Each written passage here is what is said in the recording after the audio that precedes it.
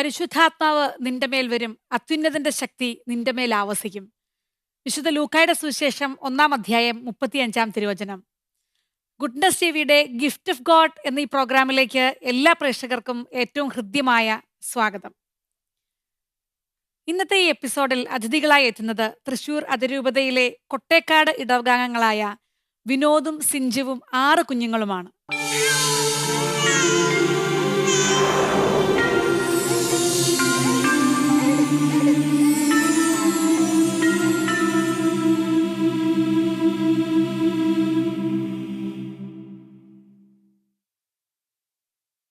വളരെ സന്തോഷപൂർവ്വം നമുക്ക് അവരെ ഈ എപ്പിസോഡിലേക്ക് സ്വാഗതം ചെയ്യാം.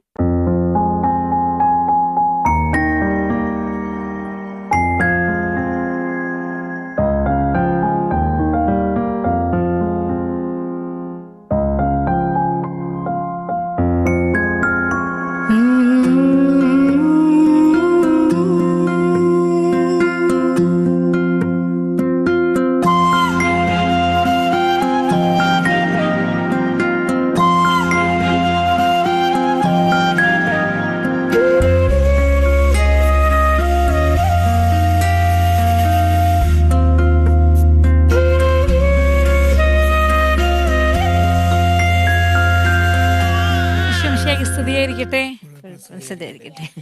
എൻ്റെ അടുത്തിരിക്കുന്ന 2 പേർക്കും ഈശോമിശിഹായ്ക്ക് സ്തുതിയായിരിക്കട്ടെ.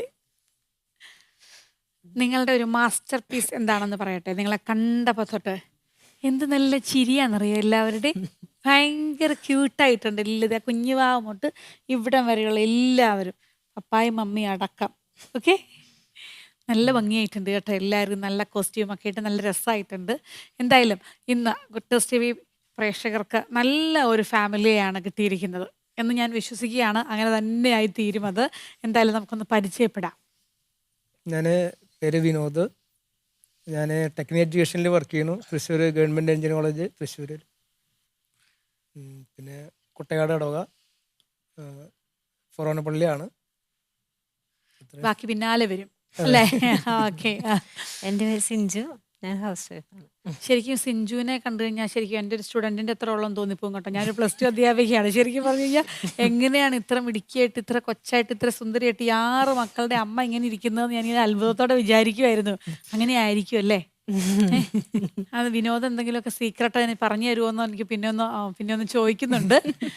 നമുക്കൊന്ന് പരിചയപ്പെടാം എല്ലാവർക്കും. എനിക്കൊന്ന് മൂത്ത ചേട്ടൻ എൻ്റെ അടുത്തല്ലേ ഇരിക്കുന്നേ, അപ്പൊ ചേട്ടൻ്റെ അടുത്തൊന്ന് തുടങ്ങാം.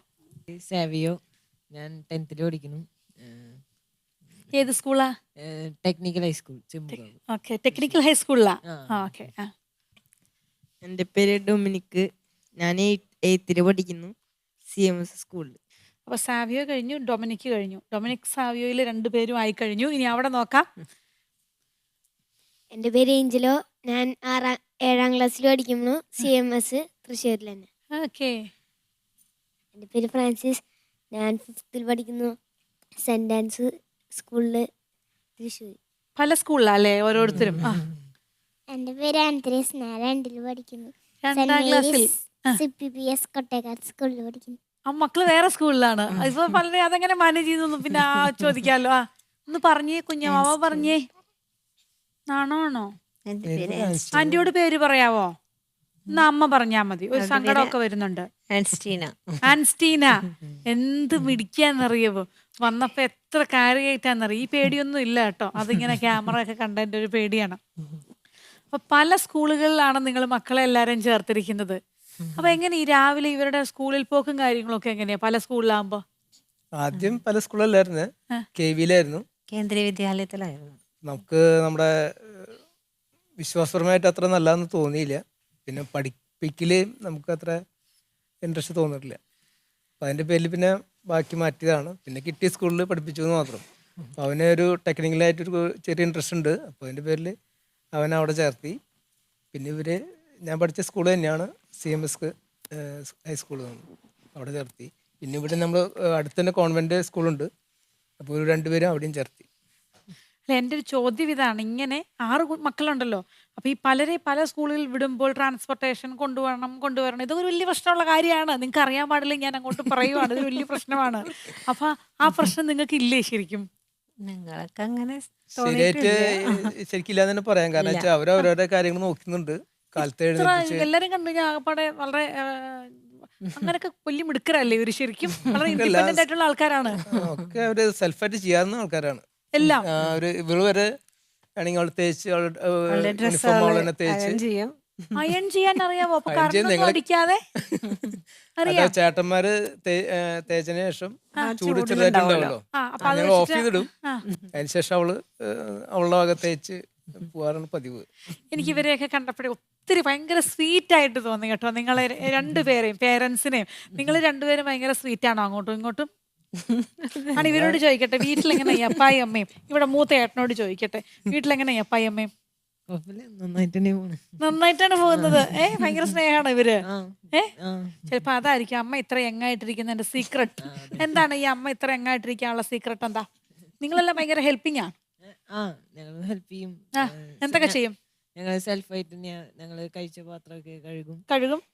അടിച്ചു വാരാ, തുടക്കുക, അങ്ങനെയൊക്കെ ചെറിയ ചെറിയ അപ്പൊ വീട്ടില് ജോലിക്കാരുടെ ഒന്നും ആവശ്യമില്ല. ഏയ് വേണ്ട. എന്ത് ലാഭമാണല്ലേ അപ്പന്. ആണ്. ആണ്. കുക്ക് ചെയ്യോ ഇവരാരെങ്കിലും? അവൻ ചെയ്യും, മൊത്തം ചെയ്യും. മൂത്തവൻ ചെയ്യും. ദോശ ചുടല്, ആ. ചപ്പാത്തി പരട്ടല്, ചപ്പാത്തി ചുടല്, ഇതൊക്കെ അവർ ചെയ്തോളൂ. പിന്നെ മുട്ട പൊരിക്കല്, ഇതൊക്കെ അവർ ചെയ്തോളും. ആൾക്കാർ പുലികളാണ്. ഞാൻ ഇതൊക്കെ ചോദിച്ചു, പക്ഷെ നമുക്കറിയാം വലിയ കുടുംബങ്ങളുടെ സന്തോഷം പറയുന്ന ഒരു എപ്പിസോഡാണിത്. അതിൽ പങ്കെടുക്കാൻ വേണ്ടിയിട്ടാണ് നിങ്ങൾ ഇവരെ 6 പേരെയും 6 മക്കളെയും കൂട്ടി വന്നത്. എനിക്ക് തോന്നുന്നു നിങ്ങളുടെ ഇടവകയിലെ ആദ്യത്തെ കുടുംബമായിരിക്കും 6 മക്കളുള്ള ഒരു ഫാമിലി എന്ന് പറയുന്നത്. എന്തുകൊണ്ടാണ് ശരിക്കും നിങ്ങൾക്ക് ഇത്രയും മക്കളെ വേണമെന്ന് തോന്നിയത്? സിഞ്ചുവിനോട് ചോദിക്കട്ടെ. കുട്ടികളോട് ഇഷ്ടമായിരുന്നു. പിന്നെ ഇത്രയും മക്കള് നമ്മള് അങ്ങനെ പ്രതീക്ഷിച്ചിട്ടൊന്നല്ല, തമ്പുരാൻ തന്നു. നമ്മൾ രണ്ടു കൈ നീട്ടി സ്വീകരിച്ചു സന്തോഷത്തോടെ. സാർ ഒരു മതാധ്യാപകനും കൂടിയാണ് അല്ലേ? അതെ അതെ അതെ. കാറ്റഗിസം ഒക്കെ പഠിപ്പിക്കുന്നുണ്ട്. അപ്പൊ ഈ കാറ്റഗിസം പഠിപ്പിക്കുന്നുണ്ടെന്ന് പറയുമ്പോൾ തന്നെ എനിക്ക് ഊഹിക്കാവുന്നതേ ഉള്ളൂ. ഇവിടെ പല കുടുംബങ്ങളും വന്നു പോയിട്ടുണ്ട്. അവർ വളരെ വെൽ ഡിസിപ്ലിൻഡ് ആണ്, കൂതാശകളോടും പഠനത്തോടും ആത്മീയ കാര്യങ്ങളോടും ഒക്കെ. അപ്പൊ ഒരു മതാധ്യാപകൻ അതെനിക്കൊന്ന് പറഞ്ഞു തരണം. ഇവരെ എങ്ങനെയാണ് ഒന്ന് വളർത്തിക്കൊണ്ട് വരുന്നത്? ഇങ്ങനെ ഒരു വലിയ കുടുംബവും എങ്ങനെയാണ് ആ ഒരു സ്വപ്നവും മനസ്സിൽ വന്നതെന്ന്. ഞങ്ങൾക്ക് അങ്ങനെ ആദ്യമൊന്നും അങ്ങനെ പ്ലാൻ ഉണ്ടായിരുന്നില്ല, മതാധ്യാപനായിട്ട് പോലും. പക്ഷെ ദൈവം തന്ന് നമ്മൾ സ്വീകരിച്ചു. 3 തരത്തിലാണ് ദൈവം ആൾക്കാരെ സുഖപ്പെടുത്തുന്നത്. ഒന്ന്, നമ്മൾ ദൈവത്തെ ഈ 2 അന്ധന്മാർ വിളിച്ചുവല്ലോ, കർത്താവ് ഞങ്ങളെ അന്ധന്മാരനെ പറഞ്ഞിട്ട്. പിന്നെ ഒന്ന് ഈ ശയ്യയിൽ മറ്റുള്ളവരുടെ വിശ്വാസം കൊണ്ട് സുഖപ്പെടുത്തിയത്. പിന്നെ ഒന്ന് ബെത്സൈദ കുളത്തിലേക്ക് യേശു കടന്നു നിന്നത്. അപ്പോൾ ഞങ്ങൾക്ക് യേശു കടന്നു വന്ന പോലെയാണ്. അവനെ തന്നു, അത് സ്വീകരിച്ചു. രണ്ടാമത്തേന് തന്നു, അത് സ്വീകരിച്ചു. അങ്ങനെ എല്ലാം സ്വീകരിച്ചതാണ്. ഞങ്ങൾക്ക് പ്ലാനൊന്നും ഉണ്ടായിരുന്നില്ല. ഇങ്ങനെ നമുക്ക് ദൈവം ഞങ്ങളുടെ അടുത്തേക്ക് വന്നു, ഇത് സ്വീകരിക്കുന്നതുകൊണ്ട് ഞങ്ങൾ സ്വീകരിച്ചത് മാത്രം. ഞങ്ങള് കർത്താവ് ഞങ്ങളെ കൊണ്ട് ചെയ്യിപ്പിക്കുകയാണ്, ഞങ്ങളായിട്ട് അങ്ങനെ ചെയ്യല്ല. പ്ലാനൊന്നും കർത്താവ് ഉണ്ടായിരുന്നില്ല. ഞങ്ങളെ കൊണ്ട് ചെയ്യിപ്പിക്കുകയാണ്. ഞങ്ങളെ സാധാരണ പോലെ 2 മക്കളായിരുന്നു, പ്ലാനൊക്കെ ആയിരുന്നു. പക്ഷെ ഞങ്ങളാരും നിരസിച്ചില്ല. പണ്ട് മുതൽ തന്നെ കുട്ടികളോട് ഒരു താല്പര്യം. എൻ്റെ കുടുംബത്തിൽ ഞാൻ 8ാമത്തവനാണ്. ആ അപ്പോൾ അതിൻ്റെ കുട്ടികൾ കണ്ട് ക്ഷീണമൊക്കെ മാറിയിട്ടുള്ള ഒരാളാണ്. അപ്പൊ ഈ സിഞ്ചുവോ? ഇല്ല, എനിക്കൊരു ചേട്ടൻ, ഒരാങ്ങളെ മാത്രമേ ഉള്ളൂ. അപ്പൊ സിഞ്ചുവിന്റെ പേരൻസ് ഓർക്കില്ലേ, അയ്യോ ഞങ്ങളുടെ ഒരു മോളാണല്ലോ ആകെ, അവളിങ്ങനെ 5 പ്രസവിച്ചു 6 പ്രസവിച്ചു എന്നൊക്കെ ഇല്ല, ടെൻഷൻ വരുന്നുണ്ടോ അവർക്ക്? ഇല്ല, എൻ്റെ പേരൻസ് ഉള്ളതുകൊണ്ടാണ് ഞങ്ങൾക്ക് ഇത്രയും മക്കള് അവർക്ക് മമ്മിക്കായാലും പപ്പയ്ക്കായാലും ഭയങ്കര ഇഷ്ടമാണ്, മക്കളോട് ഇഷ്ടമാണ്. അപ്പൊ അവരുടെ എൻ്റെ ഒരു വീട്ടിലെ പാരൻസ് സപ്പോർട്ടാണ്. ഇല്ല. എൻ്റെ അപ്പനും അമ്മയ്ക്കും നേരത്തെ മരിച്ചു. അവളുടെ വീട്ടിലെ പാരൻസിൻ്റെ സപ്പോർട്ട് കൊണ്ടാണ് ഞങ്ങളിങ്ങനെ വന്നത്. എല്ലാ പ്രസവവും അവളുടെ മമ്മിയാണ് നടത്തിയിരുന്നത്. എല്ലാം ഭംഗിയായിട്ട് നടത്തി. അല്ല ഇപ്പൊ വീട്ടിലൊക്കെ ഇപ്പൊ എങ്ങനെയായി? ഇങ്ങനെ തന്നെയാണോ എല്ലാ കാര്യങ്ങളും ഓടിക്കുന്നത്? അതെയോ ഹെൽപ്പിന് ആരെങ്കിലും ഒക്കെ ഉണ്ടോ? ഇല്ല, മക്കളൊക്കെ തന്നെ ഹെൽപ്പ്. സത്യത്തിൽ അതൊരു വലിയ അസറ്റാണല്ലേ, അതെ അതെ. എല്ലാ കാര്യങ്ങളും ഓടിച്ചു പറയും. പിന്നെ ഒരു സർക്കാർ ഉദ്യോഗസ്ഥനെ കുറിച്ചൊക്കെ നമുക്ക് സാമാന്യ ധാരണയൊക്കെ ഉണ്ട്. അപ്പൊ ഒരു ഗവൺമെന്റ് ഉദ്യോഗസ്ഥൻ എത്രത്തോളം സ്പെൻഡ് ചെയ്ത് എന്തൊക്കെ കാര്യങ്ങൾ ചെയ്യാൻ പറ്റുമെന്നൊക്കെ എനിക്ക് ഏകദേശ ധാരണയുണ്ട്. അപ്പം ഈ 6 മക്കൾ ഈ നമ്മുടെയൊക്കെ സഹപ്രവർത്തകർക്കിടയിലും ഒരു ചോദ്യചിഹ്നമാണോ? അത് എങ്ങനെയാ സാറ് ഇതൊക്കെ നടത്തിക്കൊണ്ട് പോകുന്നതെന്ന് അവർക്കൊരു അത് അത്ഭുതമുണ്ടോ? ഭയങ്കര അത്ഭുതമാണ്. പിന്നെ എന്നെ കൂടുതൽ അറിയുന്നവർക്ക് മാത്രമാണ് എനിക്ക് 6 മക്കളെന്ന് അറിയുള്ളൂ. പിന്നെ സാധാരണ പറഞ്ഞ പോലെ അറിവ് കുറവാണ് ബാക്കിയുള്ളവർക്ക്. പറഞ്ഞവരൊക്കെ ഞെട്ടിപ്പോയിട്ടുണ്ട്, അതാണ് പ്രശ്നം. അല്ല അപ്പൊ ഈ ഞെട്ടലുള്ളവരോട് നമുക്ക് എന്തെങ്കിലും ഒരു സാക്ഷിയാകാൻ പറ്റാറുണ്ടോ ശരിക്കും? അവർ ചോദിക്കുവോ എന്തുകൊണ്ടാ എങ്ങനെ? നമ്മുടെ ഈ പ്രത്യേകിച്ച് പലരുണ്ടല്ലോ, നമ്മൾ ഈ സർക്കാർ മേഖലയിലൊക്കെ ജോലി ചെയ്യുമ്പോൾ നമുക്കറിയാം, നമ്മളിപ്പോൾ ഒരു ക്രിസ്ത്യൻ ഓറിയന്റഡ് ഒരു ഇൻസ്റ്റിറ്റ്യൂഷനിൽ ജോലി ചെയ്യുന്ന പോലെ അല്ല, പലരുണ്ടല്ലോ. പല കമന്റുകളും പല അഭിപ്രായങ്ങളും ഒക്കെ വരുമ്പം നമുക്ക് എങ്ങനെയാ അവരോട് നമ്മൾ എങ്ങനെയാ അത് പറയുന്നത്? മൗനം പാലിക്കുവോ? ഇല്ല, ഞാൻ പറഞ്ഞു ഞാനൊരു ക്രിസ്ത്യാനി ആയതുകൊണ്ടാണ് സ്വീകരിക്കണത്. അപ്പം അല്ലെങ്കിൽ നിങ്ങളുടെ പോലെ ആവാം. പിന്നെ പറയുന്നത് എനിക്ക് അതുകൊണ്ട് ഒരു ബുദ്ധിമുട്ട് ധരിക്കുന്നുണ്ടായിട്ടില്ല. ഇപ്പോൾ 6 മക്കളുണ്ടായാലും എന്നെ സംബന്ധിച്ച് ഞങ്ങൾ കൂടുതൽ ഇങ്ങനെ ഒരു അസുഖങ്ങൾ വരുമോ, രാത്രി ഞങ്ങളുടെ ഉറക്കം കളഞ്ഞ് ഹോസ്പിറ്റലിൽ കൊണ്ടുള്ള കേസ് ഇന്ന് വരെ ഉണ്ടായിട്ടില്ല. ദൈവാനുഗ്രഹമുണ്ട്. ഒരു ഒരു 11 മണി വരെ മാക്സിമം. അതിനിടയ്ക്ക് ഒരു വല്ല ചുമ വന്നു ജില്ലയിലേക്ക് പോയിണ്ടായി, അത്രേ ഉള്ളൂ. അല്ലാതെ രാത്രി ഉറക്കം കളഞ്ഞാൽ ഞങ്ങൾ ആരും ഞങ്ങളുടെ ഉറക്കം കളഞ്ഞിട്ടില്ല ഇതുവരെയ്ക്കും. പിന്നെ ഞാൻ എന്തിനു തടയണം? ഞാൻ ഇതിന് തളരണോ അല്ലേ? അപ്പൊ നിങ്ങൾ ഭയങ്കര സ്ട്രോങ് ആണ്. നിങ്ങളാണ് ശരിക്കും എങ്ങനെ വിളിക്കുന്നത്? പപ്പ അമ്മ എന്നാണ് എങ്ങനെ വിളിക്കുന്നത്? അപ്പ അമ്മയുടെ ഒരു സ്ട്രോങ് ആൾക്കാരാണ് നിങ്ങൾ.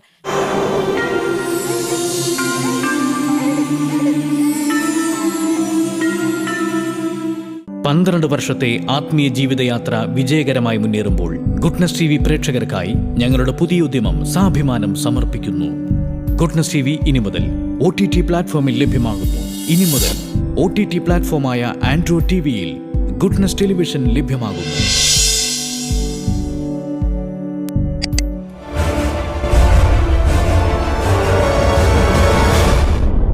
Goodness. Stay with God.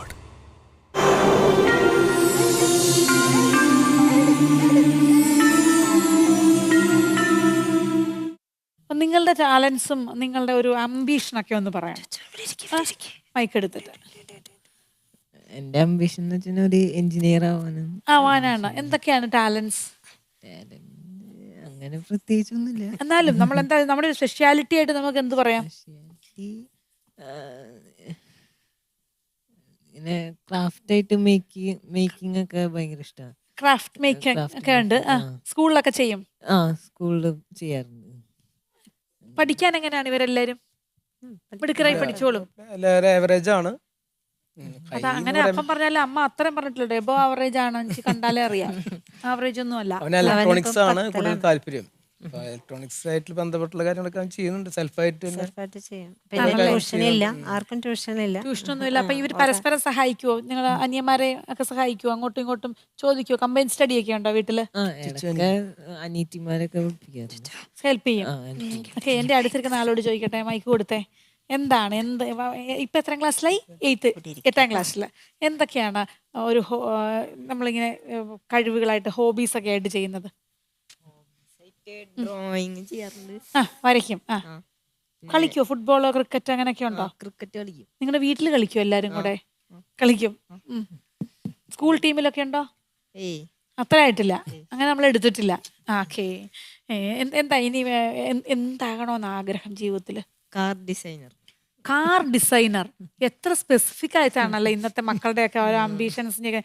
ഞാൻ വെറുതെ ചോദിച്ചതാ, പക്ഷെ അവനാണ് ഏറ്റവും കറക്റ്റായിട്ട് എനിക്ക് ഇഷ്ടപ്പെട്ടു. കാർ ഡിസൈനർ ആണോ? അതിനിപ്പം അങ്ങനത്തെ കാറിലെ ഓരോ കാറും കാണുമ്പോ ഇങ്ങനെ നോക്കുവോ? എല്ലാം. വണ്ടിപ്രാന്തൊക്കെ ഉണ്ട് കേട്ടോ, ആൺമക്കളല്ലേ അല്ലേ? ഇനി നമുക്ക് അവിടെ ചോദിക്കട്ടെ. മൈക്കൊന്ന് കൊടുത്തേ. എഴുതായിട്ടില്ല. ഒരു അച്ഛനാണെന്ന് ആഗ്രഹമുണ്ട്. ഒരു വൈദികൻ അല്ലേ? ഭയങ്കരമായിട്ട് പറയോ? ചെറുപ്പം തൊട്ടേ പറയുവോ ഇങ്ങനെ? ഇടയ്ക്ക് ഒരു വൈഫ് ഹൗസിൽ പോയിട്ട് വെക്കേഷൻ പോയി നിന്നപ്പോഴേ അവിടുത്തെ ഒരു അച്ഛനെ ഭയങ്കര ഇഷ്ടമായി. കാലത്ത് എനിക്കറിയൊന്നുമില്ല, പുലർച്ചെ ആയിട്ട് പപ്പയുടെ കൂടെ ഇവൻ പോയി. ആ അച്ഛനോടുള്ള പ്രതിപത്തി കൊണ്ട് ഇപ്പോഴും അച്ഛൻ DBCC അച്ഛനാണ്. അപ്പൊ അങ്ങനെ ഇപ്പൊ ഭയങ്കര ഇൻട്രസ്റ്റ് ആണ്. ഇപ്പൊ നിൽക്കുന്നുണ്ട് അല്ല, ഇപ്പം പറഞ്ഞുകൊണ്ടേ ഇരിക്കുന്നു വൈദികനാവണം എന്നുള്ള ആഗ്രഹം പറഞ്ഞുകൊണ്ടേ ഇരിക്കുന്നു. മിടുക്കൻ. ഇവരുടെ 5ാമത്തവളുടെ മാമോദിസയ്ക്ക് ബിഷപ്പ് വന്നപ്പോ, പിതാവ് വന്നപ്പോ ചോദിച്ചാൽ ആർക്കൊക്കെ അച്ഛനാവുണ്ട്. അപ്പൊ അവര് 4 പേരും അന്ന് കൈപൊക്കിയുണ്ട്. 6ാമത്തവളുടെ വന്നപ്പോ ടോണി പിതാവ് വന്നേ. അപ്പൊ പിതാവ് ചോദിച്ചാൽ ആരൊക്കെയാ അച്ഛനാവുന്നു. അപ്പോഴത്തേക്ക് ഓരോ കൈയൊക്കെ താന്നു തുടങ്ങിയിട്ടുണ്ടായിരുന്നു. പക്ഷെ ഒരു കൈ ഇങ്ങനെ ഉയർന്നു നിൽക്കട്ടെ അല്ലേ? നമുക്ക് പ്രതീക്ഷിക്കാം. പറയാൻ പറ്റില്ല കേട്ടോ, താഴ്ന്ന കൈകളൊക്കെ എപ്പോഴാ പൊങ്ങുന്നതെന്നൊന്നും നമുക്ക് അറിയത്തില്ലല്ലോ. ഒന്നും കുഞ്ഞാൾക്കാരോട് ചോദിക്കട്ടെ, എന്തൊക്കെയാണ് നിങ്ങൾ ചെയ്യുന്നത്? പാട്ട് പാടുവോ? വരയ്ക്കുവോ? ഡ്രോയിങ് ചെയ്യാറുണ്ട്. ഡ്രോയിങ് ചെയ്യും. പിന്നെ ആഗ്രഹം ഡോക്ടറാവുന്ന. ഡോക്ടർ ആകണമെന്ന് ആഗ്രഹം ഉണ്ട് കേട്ടോ. എല്ലാവരുടെയും ആഗ്രഹങ്ങളൊക്കെ കണ്ടുവച്ചേക്കണം. ഇനി കുഞ്ഞുമാവന്മാരോട് ചോദിക്കട്ടെ, എന്താ ചെയ്യുന്ന? പാട്ടൊക്കെ പാടുവോ? പാടും. പിന്നെ ഡാൻസ് ചെയ്യുവോ? സ്കൂളില് പഠിക്കാറുണ്ട്. ഒരു പാട്ട് പാടാവോ? പാടിക്കോ. കുഞ്ഞു മനസ്സിൽ നൊമ്പരങ്ങൾ ഒപ്പിയെടുക്കാൻ വന്നവനാം ഈശോയേ ഈശോയേ ആശ്വാസം നീയല്ലോ കുഞ്ഞായി വന്നു പിറന്നവൻ കുഞ്ഞുങ്ങളാവൻ പറഞ്ഞവൻ സ്വർഗത്തിൽ ഒരു പൂന്തോട്ടം നല്ല കുഞ്ഞുങ്ങൾക്കായി തീർത്തവനെ നീ വരൂ പൂന്തിങ്ങളായി നീ വരൂ പൂന്തിങ്ങളായി നീ വരൂ പൂന്തിങ്ങളായി നീ വരൂ പൂന്തിങ്ങളായി. മിടുക്കി. അവിടെ ഒരാൾ ഇങ്ങനെ നോക്കി ഇരിപ്പുണ്ട് പാട്ടൊക്കെ പാടാൻ വേണ്ടിയിട്ട്. ഇപ്പൊ LKG പ്ലേ സ്കൂളിൽ പോകുന്നുണ്ടല്ലേ? വർത്താനൊക്കെ പറയും കാര്യമായിട്ട് തന്നെ. എന്തായാലും നല്ല മിടുക്കരായിട്ട് ഇവള് പാടും. നന്നായി പാടും. ആണാ? ആന്റിക്ക് കേൾക്കാൻ പറ്റുമോ ഒരു പാട്ട്? ഇപ്പൊ മടിയാ? എല്ലാവരോടും കൂടെ പാടില്ല. എല്ലാവരുടെ മുമ്പ് ഞങ്ങൾ രഹസ്യമായിട്ടുള്ള കുറച്ച് കഴിയുമ്പോൾ പാടിക്കോളും കേട്ടോ. എന്തായാലും ഒത്തിരി സ്വപ്നങ്ങളുള്ള മക്കളാണ്. നിങ്ങൾക്കും അവരെ കുറിച്ച് ഒരുപാട് സ്വപ്നങ്ങളൊക്കെ കാണും. എന്തായാലും ഗുഡ്നസ് TV നിങ്ങളുടെ മനോഹരമായ ഒരു പ്രൊഫൈൽ വീഡിയോ തയ്യാറാക്കിയിട്ടുണ്ട്. നമുക്ക് ഒന്ന് കാണാം. മോണിറ്ററിലേക്ക് ശ്രദ്ധിക്കാം.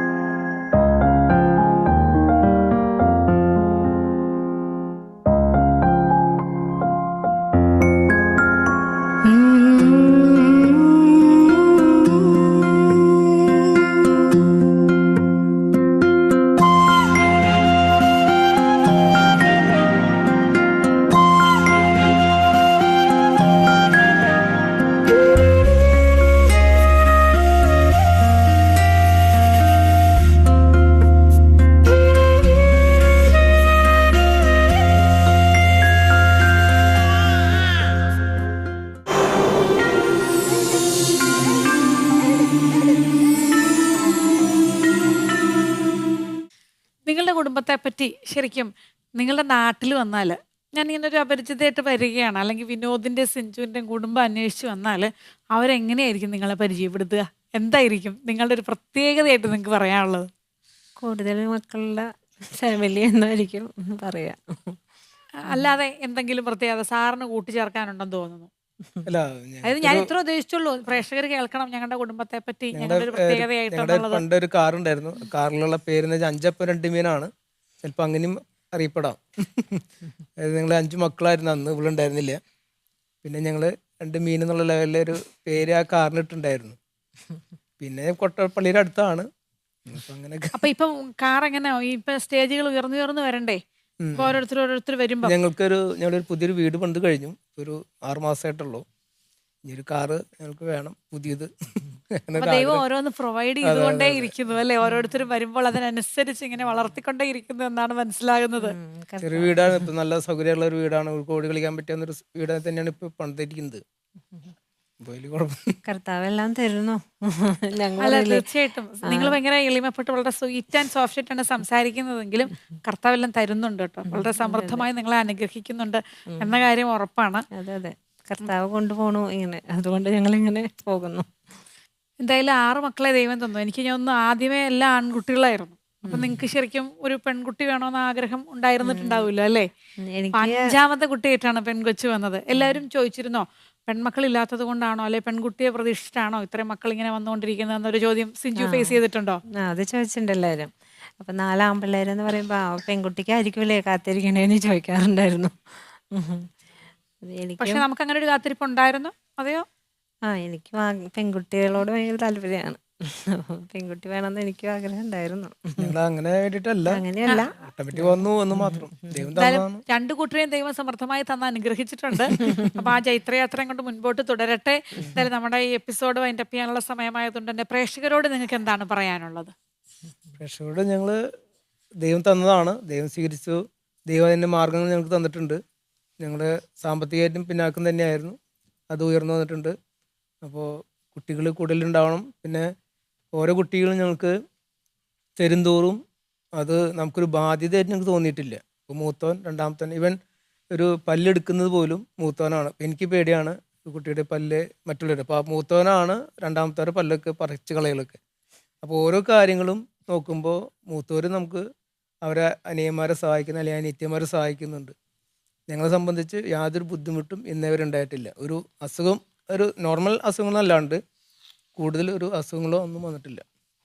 അപ്പോൾ ദൈവം മക്കൾ തരുന്നതാണെങ്കിൽ അത് സ്വീകരിക്കണം. ഞങ്ങൾ ഡെയിലി ഞങ്ങളുടെ ഞങ്ങളുടെ ഈ വിവാഹത്തിനോടനുബന്ധിച്ചുള്ള കോഴ്സ് തുടങ്ങിയിട്ട് നിങ്ങൾ രണ്ടുപേരും മക്കൾക്ക് വേണ്ടി പ്രാർത്ഥിക്കുന്നുണ്ട്. അതുകൊണ്ടായിരിക്കാം, അതെ, ഞങ്ങൾ എണ്ണം കണക്കാക്കിയിട്ടില്ലെങ്കിലും അതുകൊണ്ടായിരിക്കും ഇത്രയും മക്കളെ ഞങ്ങൾ ദൈവം തന്നതെന്ന് ഓർക്കുന്നു. ഓക്കെ.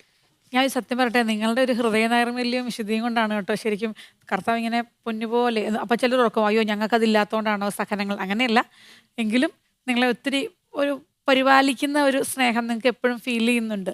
ഇനിയും അത് മുൻപോട്ട് പോകട്ടെ എന്നാണ് എൻ്റെ ആഗ്രഹം. സിഞ്ചുവിന് എന്താണ് പറയാനുള്ളത്? നമ്മൾ കർത്താവിനോട് ചേർന്ന് നിന്നാൽ കർത്താവ് നമ്മോടും ചേർന്ന് നിൽക്കുന്ന ഉറപ്പാണ്. മതി, ഒറ്റ വാചകം കൊണ്ട്. അപ്പം കർത്താവിനോട് ചേർന്ന് നിൽക്കുന്നതിൻ്റെ തെളിവുകളാണ് ദൈവം തന്ന ഈ മക്കളെയൊക്കെ സന്തോഷപൂർവ്വം സ്വീകരിച്ച് ഇങ്ങനെ നടത്തിക്കൊണ്ട് പോകുന്നത്, അല്ലേ? അതെ അതെ, തീർച്ചയായിട്ടും. അപ്പം കർത്താവ് നിങ്ങളോടും എപ്പോഴും ചേർന്ന് നിൽക്കട്ടെ എന്ന് ഞാൻ പ്രാർത്ഥിക്കുകയും ആശംസിക്കുകയും ചെയ്യുകയാണ്. അപ്പോൾ ഈ എപ്പിസോഡിൻ്റെ അവസാന ഘട്ടത്തിൽ നിങ്ങളെ കാണാനും നിങ്ങളോട് സംസാരിക്കാനൊക്കെയായി നമ്മുടെ ഗുഡ്നസ് ടിവിയുടെ chairman Reverend father Alex Chalangadi അച്ഛൻ എത്തിയിട്ടുണ്ട്. നമുക്ക് വളരെ സന്തോഷപൂർവ്വം സ്നേഹപൂർവ്വം നമുക്ക് ഈ എപ്പിസോഡിലേക്ക് അച്ഛനെ സ്വാഗതം ചെയ്യാം.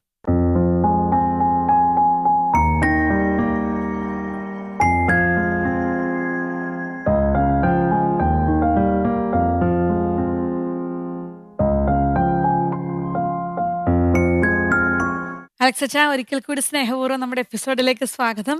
ഇന്ന് വിനോദും സിഞ്ചുവും മക്കളുമാണ് നമ്മുടെ കൂട്ടത്തിലുള്ളത്. നമുക്ക് അവരോട് എന്താണ് പറയാനുള്ളത് നോക്കാം. വിനോദിനെയും സിഞ്ചുവിനെയും പ്രത്യേകമായിട്ട് അഭിനന്ദിക്കുകയാണ്. ദൈവം തന്ന മക്കളെ സന്തോഷത്തോടെ സ്വീകരിച്ചുകൊണ്ട് ദൈവത്തിന് വേണ്ടി വളർത്തുന്ന ഈ മാതാപിതാക്കളെ ദൈവം പ്രത്യേകമായി അനുഗ്രഹിക്കട്ടെ. ഈ മക്കൾക്ക് വേണ്ടി പ്രത്യേകമായിട്ട് പ്രാർത്ഥിക്കുന്നു. ദൈവസ്നേഹത്തിൽ വളർന്നു വരുവാൻ, ഈശോയോട് ചേർന്ന് ജീവിക്കുവാൻ ഇവരെ സമർത്ഥമായി അനുഗ്രഹിക്കണമേ എന്ന് നമുക്ക് പ്രാർത്ഥിക്കാം. നന്നായി പഠിക്കുവാനുള്ള കൃപാവരം ഇവർക്ക് നൽകണമേ എന്ന് പ്രാർത്ഥിക്കാം. പ്രത്യേകമായി ഈ കുടുംബത്തെ അഭിനന്ദിക്കുന്നു. ദൈവ ശുശ്രൂഷയിൽ പങ്കുപറ്റിക്കൊണ്ട് തങ്ങളുടെ ജോലികൾ അവർ ചെയ്തുകൊണ്ടിരിക്കുന്നു. പ്രത്യേകിച്ച് കാറ്റക്കിസം പഠിപ്പിച്ചുകൊണ്ടിരിക്കുന്നു. അതുപോലെ തന്നെ പ്രാർത്ഥനാ ശുശ്രൂഷകളിൽ, ഗ്രൂപ്പുകളിൽ, പ്രാർത്ഥനയിൽ അവരുടെ ജീവിതം യേശുവിനോട് ചേർത്ത് വയ്ക്കുന്നു. ഗുഡ്നസ് ടിവിയുടെ എല്ലാ മാന്യ പ്രേക്ഷകരുടെ പേരിലും എല്ലാവിധ അഭിനന്ദനങ്ങളും പ്രാർത്ഥനകളും മംഗളങ്ങളും ആശംസിക്കുന്നു. ദൈവം നിങ്ങളെ സമർത്ഥമായി അനുഗ്രഹിക്കട്ടെ. കുഞ്ഞു സമ്മാനമുണ്ട് എല്ലാവർക്കും. അച്ഛൻ നിങ്ങൾക്ക് തരും കേട്ടാ.